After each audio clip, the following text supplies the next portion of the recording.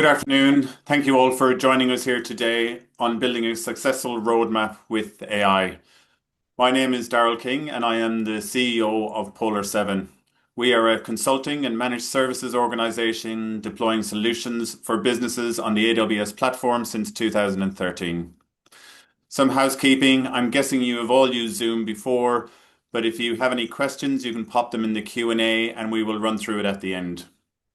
Presenting with us today, we have Jackson Morgan, our BDM from PolarSeven, and one of our wonderful platform businesses, Mark Sampson, who's the CEO of Cenote Solutions.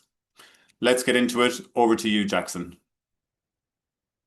So I'm Jackson. I lead up the business development function at PolarSeven and have helped build out our AI implementation capability over the past year.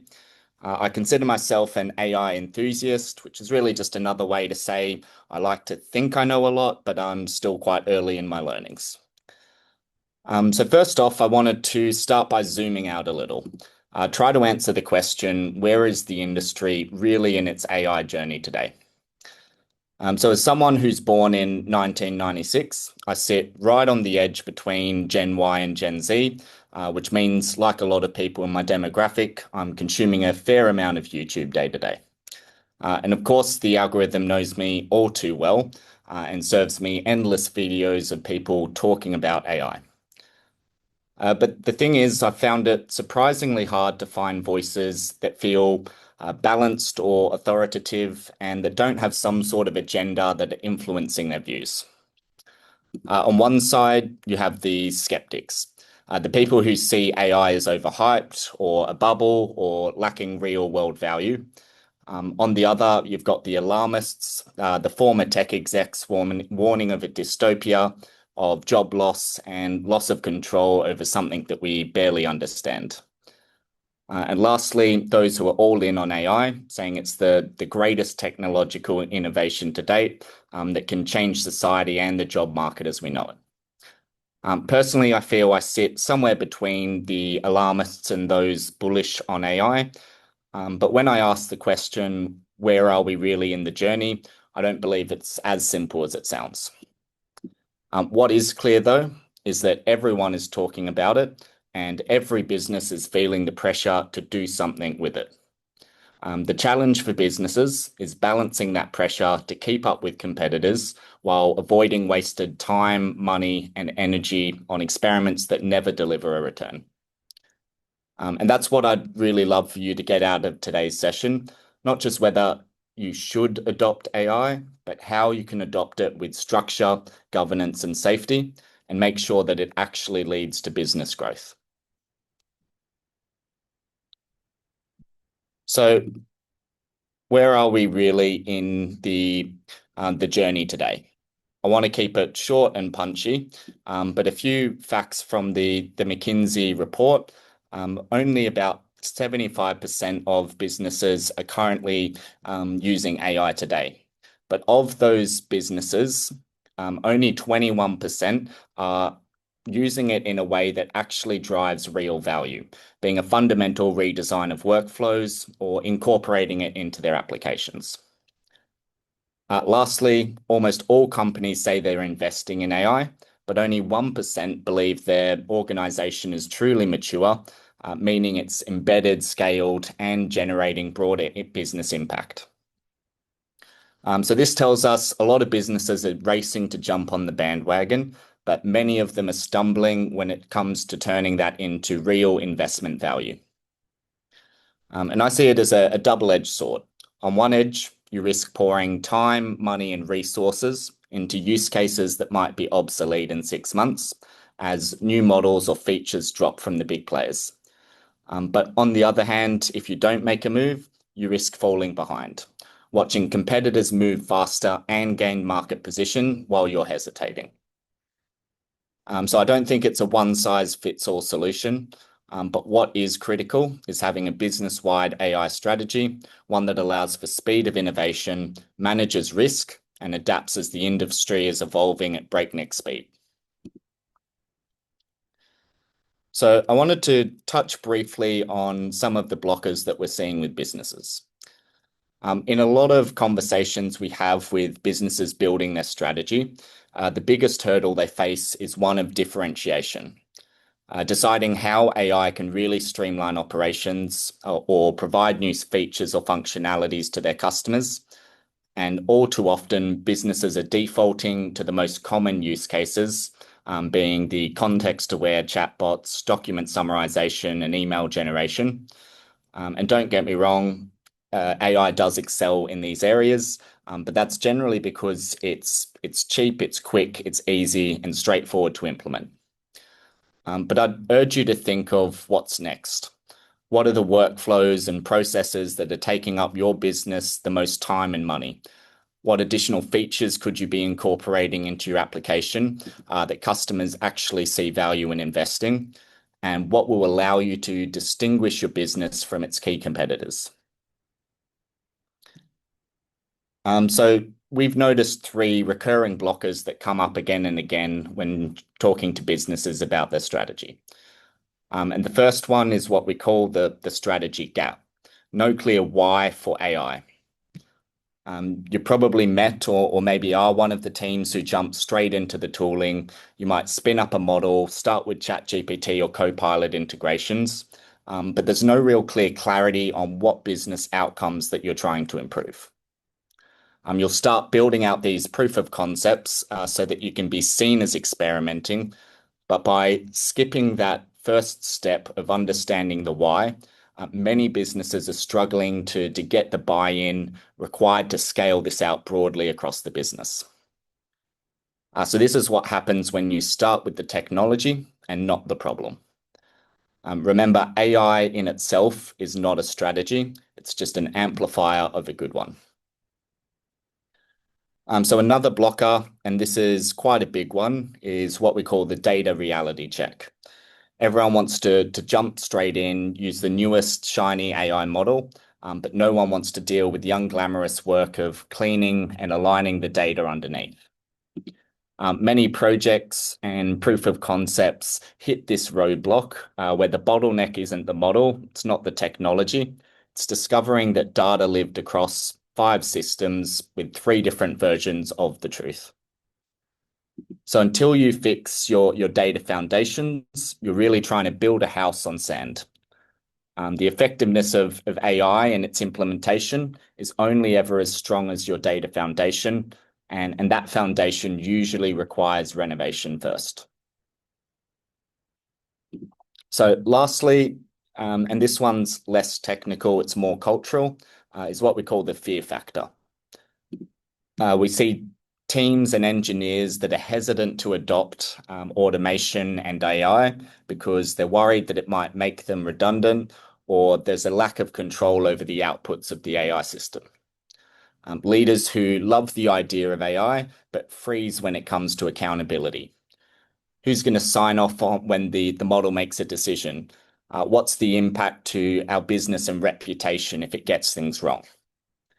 This creates an organization hesitation. The tech might be ready, the data might be ready, but people aren't fully on board yet. You can't automate this trust in the business. You have to build it from the ground up.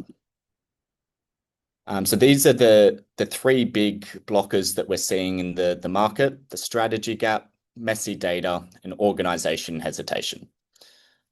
So to bring that to life, we've got Mark here from Cenote, who's lived through these challenges and found practical ways to move past them. Over to you, Mark.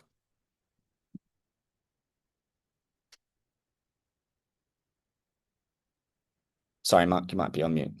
That's it. Somebody just unmuted me. Thank you, Larissa. Let me just start with a few slides. I'm going to try and keep the slides to the minimum. So lovely to be here this morning. I'm Mark Sampson. I'm the founder and CEO of a small specialist company called Cenote Solutions. None of you will have heard of me, and I don't blame you at all for that. We specialize in software that profiles and deals with engagement and relationship management. Some people might think of that as a CRM. I like to think that we do what CRMs do, but we do it properly. And we basically are drawing multiple data sources into a single database and then segmenting it, profiling it, providing unifying communications and event planning, analytics, areas like risk prediction, sentiment, cognitive, personality. And then based on all of that analytics, we personalize communications through a multi-channel communications engine. Obviously, no system is complete without workflow automation, dashboards, and reporting because you just have to have those things. So that's what we do. My market is primarily education. So here we're doing things like improving recruitment and conversion of students. We're improving retention and levels of student success, what they achieve during their learning. We also can do the same things for staff. So we're looking at staff morale, motivation, and management. And obviously, we're looking to streamline efficiencies and operations by what we do. The market context, and I'll pick up just a couple of things. AI is more than. It's more than writing emails, analyzing documents, and creating stupid images. Although some of them are quite amusing, it's not really a fulfilling use of the technology. Of course, it looks clever, and it is, but it's got to be much more than that. And so what we're finding is lots of people are throwing some AI ideas at various walls, see what sticks, and then show off some relatively underwhelming results. It looks clever, but it's not really, it's not what it should be about. It should be a whole lot more than that.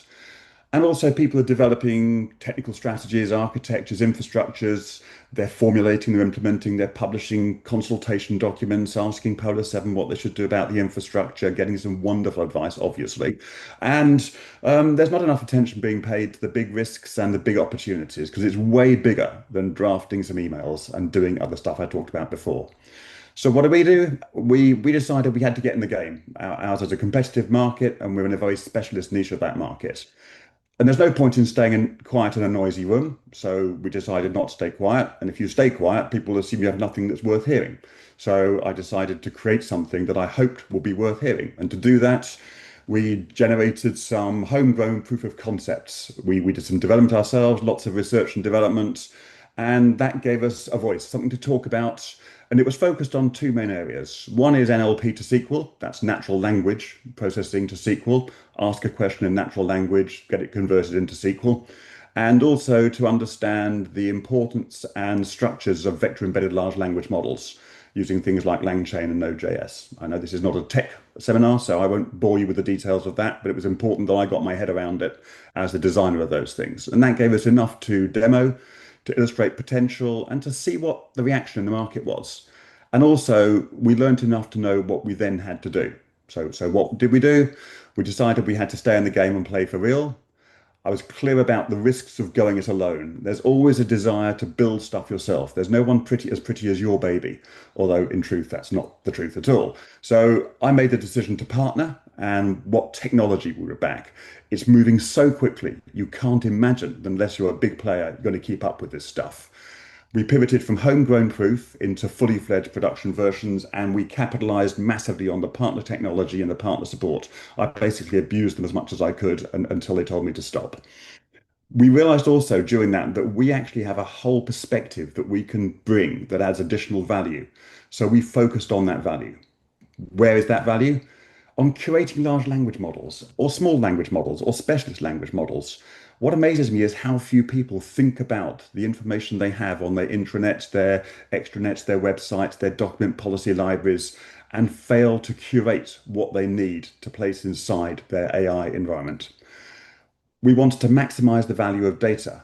And to do that, we wanted to build multi-database connectivity, not to have everything in a data lake or a puddle or a pond, yeah, but to be able to connect our AI simultaneously to multiple data sources and multiple large language models with different agentic AI working within those models.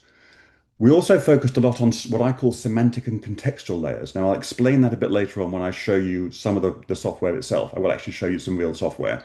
But it's very important that we looked at semantic and contextual models and also personalization of those contexts. We kept a close eye on the market. We played with some new toys. And as we discovered new toys that were better than the toys we'd built, we introduced those and added and increased our capabilities. It's moving so fast, you've got to keep a close eye on the market. So what does it mean? Athena is the name of our AI goddess because she is the goddess of knowledge and the goddess of war. So she's going into battle for your staff and your students, in my case, or your clients, whoever it might be. And in this case, this prompt is asking how likely a student is to pass their current units of study based on their learning progress to date and their personal circumstances.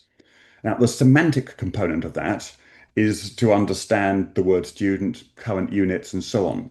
The contextual or conceptual layer of that is to understand what I mean by learning progress and personal circumstances. So we've built a set of tools that allow you to ground AI, Athena, to understand the concept of learning progress, to understand the concept of personal circumstances, biographic background, cultural context, sentiment, financial welfare. Once you've established those concepts, that it massively increases the chances that Athena, in my case, AI, is going to give you better answers than the other answers you might have got if it didn't have those conceptual ideas. Once that prompt is given, we have an orchestration agent which determines how best to manage the response to that prompt. And that might be to dive into Student Pulse, my software, or your databases simultaneously. It might also be to recognize we want to use multiple different versions of agentic AI, ChatGPT, Copilot, Claude Sonnet 3.7, you name it. It's a bit like, a team. They're not all attackers, they're not all defenders. You want a blended team to go and get the best result. And what Pulse does is to take that data, put it through NLP to SQL, interpret the semantic and contextual layers, and generate the SQL, which hits the database. Meanwhile, the agentic models are going through different guide rails, different versions through different knowledge bases, each of which we've built a metadata layer over to explain what they're for. Grab that data, bring it back, assess whether the response meets the prompt based on the person who's asking the question. If it doesn't, to go back round again and reiterate to improve it. And then finally, to do what I call refinement and linguistic adjustments, to make certain the style of language used, the tone of voice, the words, the jargon, the slang, and indeed the language, English, Chinese, Te Reo Maori, whatever it might be, are all refined, and then present the response. And from then on, everything goes around in a continuing circle with previous conversations being fed into the model to make certain that context is maintained and understood. So I'm just going to come out of there and show you a few examples. Now we're going to start here where many of you are. Many of you will know what dashboards look like. You'll have lovely dashboards and they'll be looking at pipeline counts and they'll be going, oh, look at that. I can get excited and I can drill down to there or not, or I can go into there and I can see how people are feeling and I can analyze those things and use my disability flags or my age groupings or whatever. And everyone goes, wow, that's brilliant. Until it's not, until you can't ask the dashboards the question you want to ask them.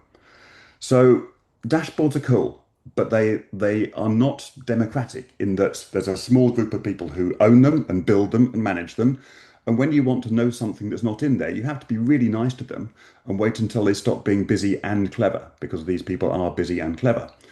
So where I want to give some examples of what I think of as democratization of information availability is I'm looking at a student. So if I just slightly close that, I'm looking at information about a student there. And I can look at their contact history and their study and their notes and their dashboard links and their text analytics and their risk and all sorts of other things, their cases, etc., etc. And Athena sits up the top and she can generate a summary, yeah, of that student. So I don't have to go and look at all these little tabs down here. I can look into here and see straight away Athena has generated that profile. But actually, I might also want to do more. I might want Athena to make some recommendations. So here's my prompt. What engagements would you recommend we use to maximize the chance of the student passing their current units of study? Athena says, okay, let me do that. She generates the SQL. I won't show you the data. There's all the data in there. And then it says, well, actually, this student is not currently enrolled. She's not set to admitted. So it seems that we need a different approach. So she looks at the data and she understands it and she knows what to do about it. She makes some recommendations to me because I asked her to. And it says, what do you think? What do you think to do? And then I say, great idea. Thanks, Athena. Draft me an email. Certainly, I'll draft an email. And now we get into the boring, no, Copilot to do this stuff. But immediately it's being done, it's personalizing it, it's contextualizing it, and it's generating it. So I could then ask Athena to send that email and push that into workflow to be authorized by a human being before it actually gets sent. Eventually, you'll send it. So at a personal level, if I'm a staff member, I can do this for any staff member, for any student, for any applicant, for any client, whatever. If you're involved in things like call center management or making contact with lots of people, you'll have an enormous amount of data, like this sort of thing. This is a calendar of all the contacts and events and campaigns and phone calls and emails and text messages we're going to be making through my software. But rather than having to ask a dashboard what the successful outcomes of that are, then I say, based on the data in the phone engagements table, what days of the week and times of day are best to call. Now it does a much more complex piece of querying. And it says, oh, actually, best days are Friday and Wednesday. These are the top three times. There's the data you want. And you go, oh, okay, how does that vary by gender? So I ask a question based on, do blokes answer the phone more frequently than ladies or other genders? And it does the statistics. It gives me the breakdown. So we can see actually males do complete more than females, but there are also 8 people who are unspecified gender. And because I like pictures, I ask for a chart and it gives me a chart. And then I go, oh, there's another chart. Okay. It seems the chart's been provided. Off we go. Can you do this? Can you do that? And off it goes and does all those other bits and pieces over and over again. Here I'm asking for phone calls versus emails. So how do phone calls compare with emails? Really, really simple stuff. And Athena can always go and get that information. And the final bit I'm going to show you is what if you're a student? Yes, you will have a student portal and you can go in there and click on buttons and ask formulaic questions. But also, you can come into it and say, I need some help on referencing. How can you help? I'd be happy to help. Now it's providing referencing information based on my specific study, my background, my language. And then I say, can we chat in Cantonese? Yeah, if I could spell properly, which I, of course, can't. There we go. And even with the typo, the chances are Athena will understand my dyslexic fingers and start talking to me in Cantonese or Urdu or Hindi or Spanish or French. There we go. Ni hao, off we go. Now, I'm going to pause there, but I wanted to give you some real world examples of what that means. Back to you. Thank you, Mark. Yeah, super interesting to see how far you've come in integrating AI directly into your application. And it leads on quite nicely to a few simple steps that businesses can follow. And I'm not going to pretend that this is revolutionary, but you would be surprised how many businesses jump straight into the implementation without doing some of this groundwork first. So the first step is getting clarity. Not just defining what can AI do, as Mark said, not just throwing use cases at a wall to see what sticks, but really drilling into what do we need AI to do for us. What this means is mapping out your real business pain points, the slow processes, the overloaded teams, customer friction, and turning these into a short list of use cases. You don't want 20 ideas. You want 2 to 3 high value, high feasibility opportunities that actually matter to the business. And the real key here is getting buy-in and inputs from as many teams and many people as possible, not just the loudest voices or the AI champions. You want to uncover the actual pain points across the organization, and then this is crucial, quantify that pain. So what does the bottleneck cost you in dollars? What's the unrealized profit because teams can't scale? And what's the missed opportunity cost of losing customers to competitors that are innovating faster? Once you actually put the numbers behind the pain points and the long processes, your AI roadmap stops becoming just a cool idea and becomes a real business case. This is how you get real buy-in, real prioritization, and real momentum for your solutions. The next is, before you dive into the data pipelines or the infrastructure, you want evidence that your solution will work for you. So take the top use case, the one that's going to drive the most business value, and run small controlled pilots. Again, what's crucial in this stage is that you want to measure your results.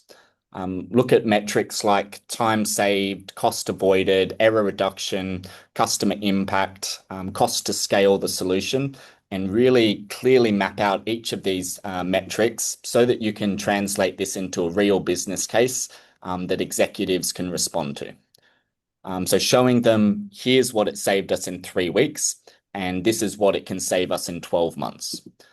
This will de-risk the project, it builds internal confidence, and it turns AI from just hype into a financial story that's going to resonate with the executive teams.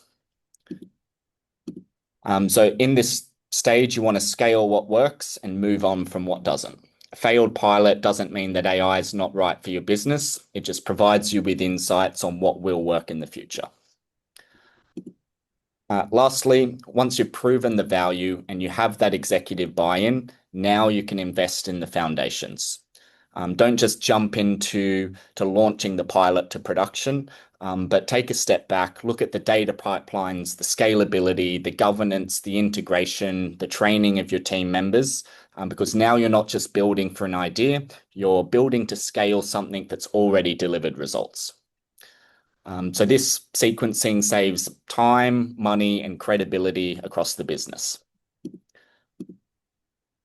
So to sum it all up, successful AI doesn't just start with code. It starts with clarity, fast proof point, and the right foundations to scale what works.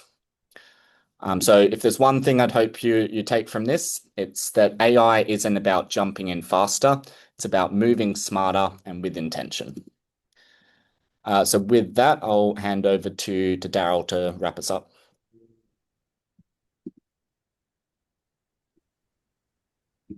Thank you, Jackson. Thank you, Mark, for that insightful view on building and implementing a successful AI roadmap.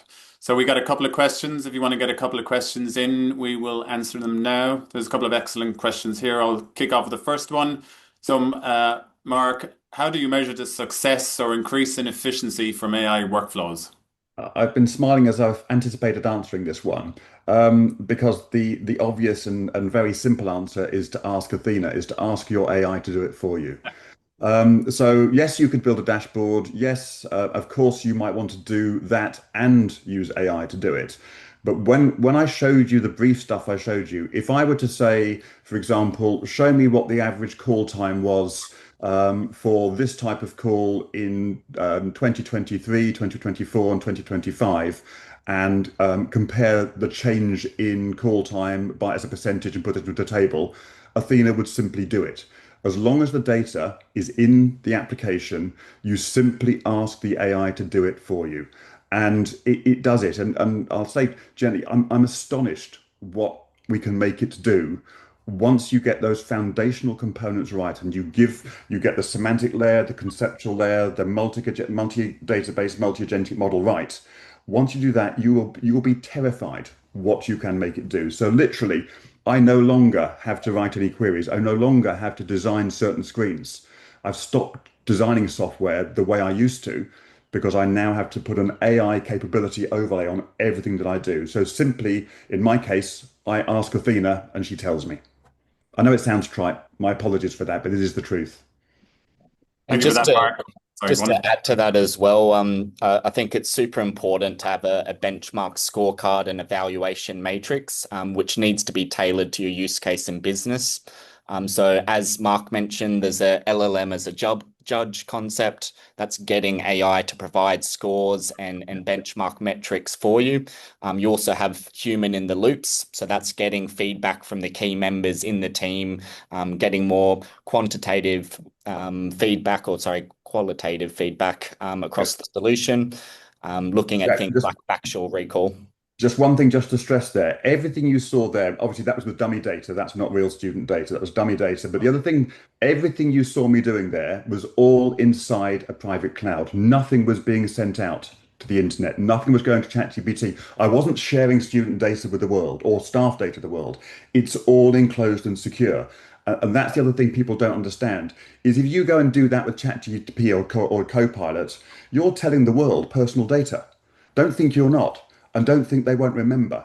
So making certain it's secure and safe is an absolutely critical part of the underpinning design of that. Permissions, access, all that stuff is taken care of. Really important. Definitely. And thank you for all those great questions. If your query was not answered, we'll reach out to you in the next 24 hours and address it. Feel free. Just conscious of time. So building a successful AI roadmap is not solely about technology. I think it's about establishing secure, scalable, and governed platforms that drives tangible business outcomes. I think you've heard it. Keeping it contained, building that infrastructure, that foundation is really important. That is a strategic focus for PolarSeven. We bring as your consulting and managed services partner. We help you to kind of design that foundation and build out that roadmap. So if you would like some assistance with defining your roadmap, then please reach out to us. Scan the QR code, which will take you, and you can have a session with Jackson. We're offering a limited number of complimentary statutory consultations to discuss your unique challenges and opportunities. And on behalf of the entire PolarSeven team, Jackson, Mark from Cenote Solutions, and myself, thank you for investing your time with us today. We trust this session has provided some clarity on how to approach and future-proof your roadmap for with AI on AWS. We look forward to partnering with you and on your transformation journey. Have a productive remainder of the day. Thank you very much for joining us. Look forward to seeing you soon. Thank you. Thank you all. Thank you all. Bye.